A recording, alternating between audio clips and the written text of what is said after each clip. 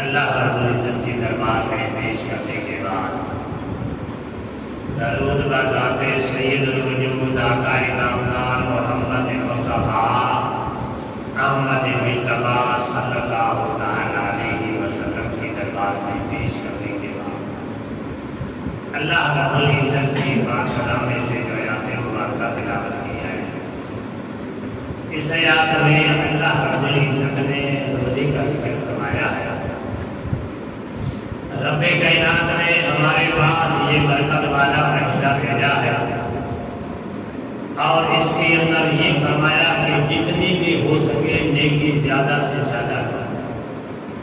اللہ تبارک و تعالی ایک کے بدلے 70 نیکی عطا فرماتے ہیں اور اس کے اندر یہ بھی حکم فرمایا میرے آقا نے کہ قرآن مجید کی تلاوت زیادہ کرو، اگر نہیں تو جب نماز تراویح کے اندر قرآن مجید سنو، جب یہ سنتے رہو گے تو تمہیں ثواب ملتا رہے گا۔ اگر پڑھنا نہیں آتا تو سننے کا بھی ثواب ہے، قرآن مجید کو دیکھنے کا بھی ثواب ہے اور قرآن مجید کی تلاوت کرنے کا بھی ثواب ہے، یعنی ہر لمحہ سے قرآن کی زیارت کرنا، جو کچھ کرنا، یہ ثواب ہے۔ تو رب کائنات نے فرمایا کہ یا ایھا الذین آمنوا، اے ایمان والو، کتب علیکم الصیام، میں اللہ رب العزت نے تمہارے اوپر روزے فرض کیے ہیں، من قبلکم، جس طرح تم نیک لوگ اور پرہیزگار بنو، کیونکہ انسان صبح سے لے کر شام تک اپنے منہ کو بند رکھتا ہے۔ محبوب صلی اللہ علیہ وسلم نے فرمایا کہ انسان جب صبح سے لے کر شام تک اپنے منہ کو بند رکھتا ہے، فرمایا کہ تیرے ہر جسم کے اعضاء کا روزہ ہے، پورا وجود جو ہے تیرا اس کا یعنی روزہ ہے۔ فرمایا کہ اس زبان کا بھی روزہ اور آنکھ کا بھی روزہ، کان کا بھی روزہ، ہر چیز کا روزہ ہے، پھر اس روزے کا مزہ ہے۔ یہ نہیں کہ اس زبان سے روزہ تو رکھا ہے، اس زبان کو بند نہیں کیا، لغویات اسی طرح بڑھتا رہا، گالیاں اسی طرح دیتا رہا، غیبت اور چغلخوری اسی طرح کرتا رہا، تو پھر روزے کا فائدہ نہ ہوگا۔ اور فرمایا اس آنکھ کا روزہ اچھی چیز کے بغیر بری چیز نہ دیکھ، اگر تو بری چیز دیکھے گا تو تیرے روزے کے اندر ثواب کی کمی آ جائے گی۔ پیارے محبوب صلی اللہ علیہ وسلم کے دور میں سے ایک عورت آئی کسی غلام کے پاس کہ آج مجھے اتنی تکلیف ہے کہ حد سے بھی زیادہ پہلے کبھی اس روزے کی حالت میں مجھے تکلیف نہیں ہے۔ تو اس یعنی میرے آقا کے غلام نے ایک پیالہ منگوایا جو کہا کہ اس کے اندر تو کہے گا۔ جب اس نے کھائی کی تو منہ سے یعنی خون اور خون کے لوٹنے نکلنے کے بعد پوچھا کہ بتلا کہ اب وہ پیاس ہے یا ختم ہو گئی؟ وہ کہنے لگی وہ ختم ہوگی۔ اس کی وجہ کیا ہے؟ اس کی وجہ یہ ہے کہ اس زبان سے تم بیٹھ کر یعنی کسی کی غیبت کی ہے، کسی کی چغلخوری کی ہے، کسی کی یعنی کس کو گالیاں دی ہے، جس کی وجہ سے تمہیں پیاس لگی ہے، یعنی وہ چیز نکل گئی اور تیری پیاس ختم ہو گئی۔ اسی طرح باقی اگر کوئی آدمی روزہ رکھے، کسی کی غیبت نہ کرے، چغلخوری نہ کرے، اس آنکھ سے گندی چیز کو نہ دیکھے، تو اس آدمی کو روزہ تنگ نہیں کرتا۔ تنگی اس وقت آتی ہے کہ جب یہ آدمی یہ کام کرتا ہے، یعنی انسان کے جسم کے اندر تکلیف بھی اس وقت آتی ہے کہ جب یہ گناہ کرتا ہے۔ انسان کے رزق کے اندر کمی بھی اس وقت آتی ہے کہ جب یہ گناہ کرتا ہے۔ اس گناہ کی وجہ سے رزق بھی کمی آ جاتی ہے، تو جسم کے اندر بھی قسم کی تکلیفیں آ جاتی ہیں کہ اگر تو کسی کی غیبت نہ کر، حرام کا مال نہ کھا، کسی کو تکلیف نہ پہنچا، نہ تمہیں کوئی تکلیف آئے گی نہ مصیبت ہو جائے گی۔ آپ نے دیکھا بھی ہے اور سنا بھی ہوگا کہ جو لوگ رشوت کے بغیر کام نہیں کرتے، سود کے بغیر اور کام نہیں کرتے، جب آخر وقت آتا ہے یا وہ فالج ہو جاتا ہے یا ایسی بیماری مسلط ہو جاتی ہے کہ اس کا علاج نہیں ہے۔ جو آدمی حلال کھاتا ہے، رشوت نہیں لیتا، سود نہیں لیتا، آخر تک اس کو تکلیف نہیں۔ اللہ رب العزت نے حلال کے اندر برکت رکھی ہے، تو اس لیے فرمایا کہ جو آدمی حلال رزق سے روزہ رکھتا ہے، اللہ تبارک و تعالیٰ اس کو تکلیف نہیں دیتے۔ جو حلال رزق سے یعنی لقمہ کھاتا ہے یا کسی کو کھلاتا ہے، اللہ تبارک و تعالیٰ اس بندے کو بے حساب رزق عطا کرتا ہے۔ اس لیے میرے آقا نے فرمایا کہ جب تو یہ کام کرے گا لعلکم تتقون، تو پرہیزگاری کرے گا، ہر چیز سے دور رہے گا، تو فرمایا کہ تیرا جسم خود بخود نیک ہو جائے گا۔ جب گناہ کے قریب نہیں جائے گا، گناہ کے قرب حاصل نہیں ہوگا تمہیں، تو فرمایا کہ روح بھی نیک ہو جائے گا، تیرا جسم بھی نیک ہو جائے گا، تیرا دل جو ہے اس کے اندر نورانیت پیدا ہو جائے گی۔ جب نورانیت پیدا ہو جائے گی تو یہ دل گناہ کی طرف نہیں جانے دیتا، اس لیے کہ نور جو ہے وہ اللہ کی طرف سے آتا ہے۔ نور جو ہے جب نور آ جاتا ہے تو یہ سب چیزیں ختم ہو جاتی ہیں۔ جب انسان کا دل مردہ ہو جاتا ہے، میرے آقا نے فرمایا ایک گناہ کرتا ہے تو ایک سیاہ رستہ اس کے اوپر لگ جاتا ہے، اور جب دوسرا کرتا ہے تو دوسرا لگ جاتا ہے، حتیٰ کہ اسی طرح گناہ کرتے کرتے اس کا دل سیاہ ہو جاتا ہے۔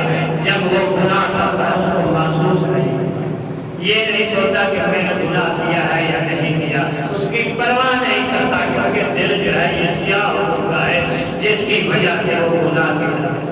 اگر تیرا دل تھوڑا سا سیاہ ہے اور باقی نور ہے، جب جو گناہ کرے گا تو احساس ہوگا کہ یار میں نے یہ کام بہت غلط کیا ہے، یہ اچھا نہیں کیا، اللہ کے دربار میں توبہ کرو کیا نہیں، سیاہی جو ہے وہ ختم ہو جاتی ہے۔ اس لیے رب کائنات نے فرمایا لعلکم تتقون، تاکہ تم پرہیزگار بن جائے۔ جب تم پرہیزگار اور نیک بن جائے گا تو نیکی کی طرف تیرا دل راغب ہوگا اور دل تیرا کرتا رہے گا کہ رہے گا نیکی کا کام۔ اور نماز تراویح جو لوگ روزہ تو رکھ لیتے ہیں، نماز تراویح نہیں پڑھتے، حالانکہ یہ نماز تراویح سنت ہے، ہر واجب نہیں۔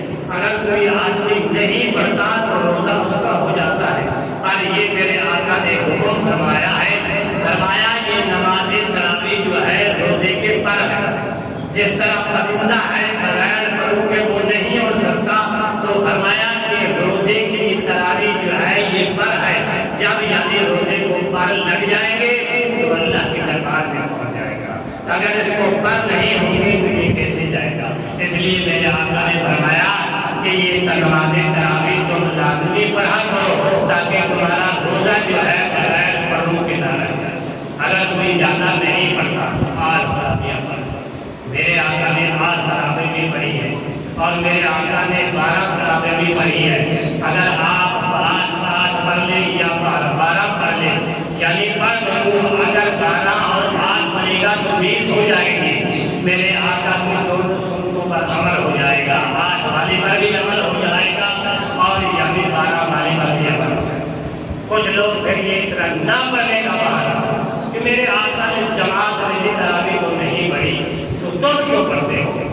میرے آقا نے اس لیے نہیں پڑھی کہ میری امت پر فرض اور واجب نہ ہو جائے، اس لیے آپ نے 8 پڑھی ہے اور 12 پڑھی ہے تاکہ میری امت کے لیے مشکل نہ ہو جائے۔ اگر وہ خوشی سے 8 پڑھ دے تو کوئی حق نہیں۔ یہ حضرت عمر فاروق رضی اللہ تعالیٰ عنہ نے 8 اور 12 کو ملا کر اپنی جماعت کے ساتھ نماز پڑھائی تاکہ دونوں سنتوں پر عمل ہو جائے۔ اگر کوئی آدمی ان پڑھ ہے اس کو بالکل پڑھنی نہیں آتی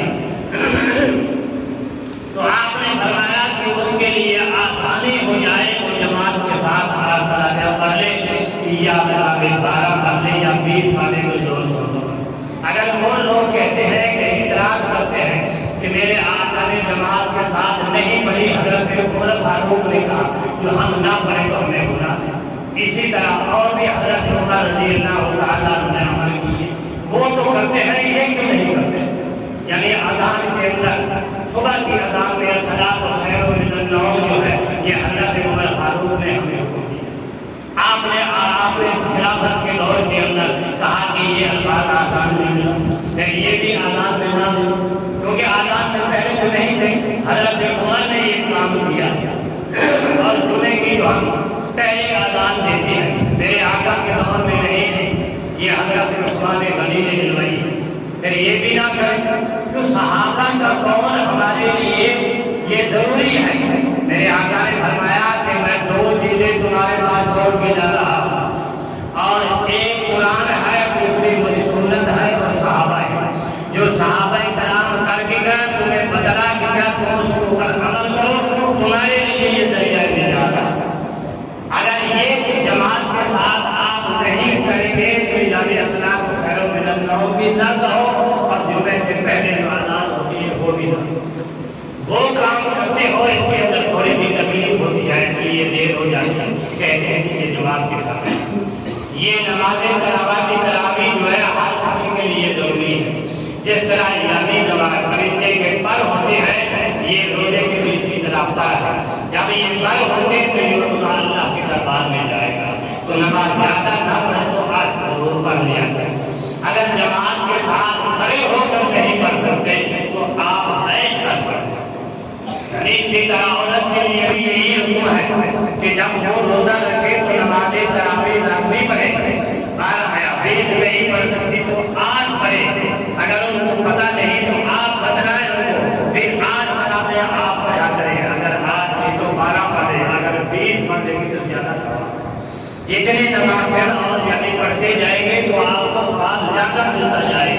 جتنا کام کریں گے اس کا ثواب ہمیں کم ہوگا۔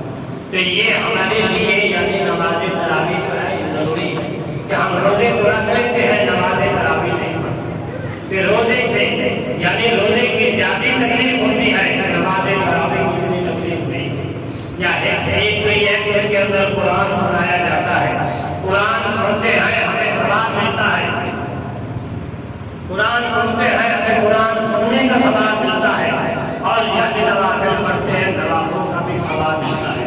اللہ تبارک و تعالیٰ کے فرشتے یعنی نماز تراویح جو پڑھتے ہیں زمین پہ اتر کر آ کر ان کے ساتھ کھڑے ہو کر نماز تراویح پڑھتے ہیں۔ پڑھنے کے بعد جب اللہ کے دربار میں چلے جاتے ہیں، مولا قدوس بولتے ہیں بتلاؤ فرشتوں کہ میرے بندے کیا کر رہے ہیں، کیسا ترکتم عبادی، میرے بندوں کو کس حال میں چھوڑ کر آئے۔ کہتے ہیں مولا کہ جب جائے تیرا ذکر و اذکار اور تیری نماز پڑھ رہے تھے کہ جب یعنی انہوں نے پوری کر لی ہم تیرے پاس آئے۔ رب کائنات فرماتے ہیں کچھ مانگتے بھی تھے یا نہیں؟ تو فرشتے یاد کرتے ہیں مولا جہنم سے پناہ مانگتے تھے اور جنت کی دعا کرتے تھے، اور فرماتے مولا کہ ہمارے گناہ ہے وہ بھی معاف کر دے اور اپنے خزانے میں سے ہمیں رزق بھی عطا کر۔ تو رب کائنات فرماتے ہیں اشہدوا یا ملائکتی کہ اے فرشتے کہ تم گواہ ہو جاؤ وہ لوگ جو کچھ بھی مانگتے تھے میں نے ان کو عطا کر۔ یا جو بٹن نیچے کیا اس کے اوپر کرتے لڑ جلاتے ہیں۔ رب کائنات فرماتے ہیں اشہدوا یا ملائکتی کہ اے فرشتے کہ تم گواہ ہو جاؤ جو کچھ مانگتے تھے میں مالک نے عطا کر۔ اللہ تبارک و تعالیٰ کو ہمیں عطا کرتے ہیں، اگر ہم مانگنے کے لیے آئیں تو ہمیں ملے اور مانگنے کے لیے نہ آئیں تو ہمیں کیا کریں۔ اس لیے اللہ تبارک و تعالیٰ نے فرمایا کہ لعلکم تتقون کہ تم نیک بن جاؤ، یہ مہینہ تمہیں نیک بنانے کے لیے آیا ہے۔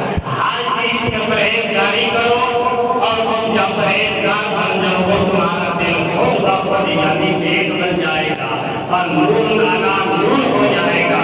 جب یہ نور علی نور ہو جائے گا تمہارا دل یعنی نیکی کی طرف متوجہ ہو جائے گا۔ اس لیے ہمارا دل نہیں کرتا کہ ہمارا دل جو ہے وہ سیاہ ہو چکا ہے، کالا ہو گیا ہے، نورانیت ختم ہو گئی، ہمیں عبادت کرنے کا افسوس نہیں ہوتا، نماز پڑھنے کا افسوس نہیں ہوتا، قرآن کی تلاوت نہ کرنے کا افسوس نہیں ہوتا، اس لیے کہ ہمارے دل کے اندر وہ سیاہی چڑھ گئی ہے، نورانیت ختم ہوگی جس کی وجہ سے وہ ہمارا جو ہے اس طرف دل نہیں کرتا۔ اور امیر کے اندر میں آپ کو یہ بات کہوں گا کہ ہم نے یہ مسجد قلم کروایا ہے، کل پر تو ہم نے یہ چٹائی بچائی ہے تو نیچے سے جو فرش ہے نا وہ ہر جگہ پہ کھڑے ہیں، تو ہم نے مشورہ کیا ہے کہ تھوڑے سے پیسے اکٹھے کر کے یہ نیچے والا فرش جو ہے اس کو راستے میں خرچ کرتا ہے، میں اللہ تبارک و تعالیٰ کو 70 گنا دنیا کے اندر کرتا ہوں، آخرت میں تو بے حساب ہے،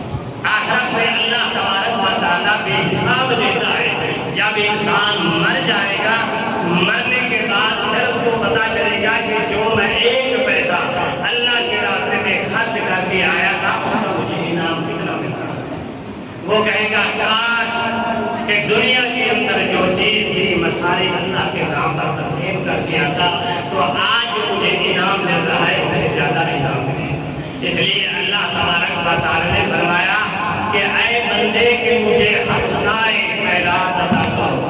رب کائنات نے فرمایا کہ تمہیں مجھے قرضہ دو، حالانکہ مالک کو ضرورت نہیں کرنے کی، وہ تو دنیا کے اندر تقسیم کرتا ہے۔ اس لیے اس نے کہا ہے کہ تم میرے راستے پر جب دو گے تو تمہیں اس کا اجر ملے گا، مجھے ضرورت نہیں، اس لیے کہا ہے کہ تم مجھے عطا کرو کہ میں تم سے مانگ رہا ہوں تمہیں۔ ایک چیز یہ ہے کہ وہ مال کی زکات بھی نکل جاتی ہے، مال بھی حلال ہو جاتا ہے، اللہ کے راستے میں خیرات کر دیا جاتا ہے، مالک بھی خوش ہو جاتا ہے، اور اس کے فرشتے بھی اس کے لیے دعا کرتے ہیں کہ اس بندے نے اپنے مال میں سے نکال کر اچھی جگہ پہ لگایا ہے، وہی اللہ کے دربار میں منظور ہے۔ دعا کرو اللہ تبارک و تعالیٰ ہمیں عمل کی توفیق عطا فرمائے۔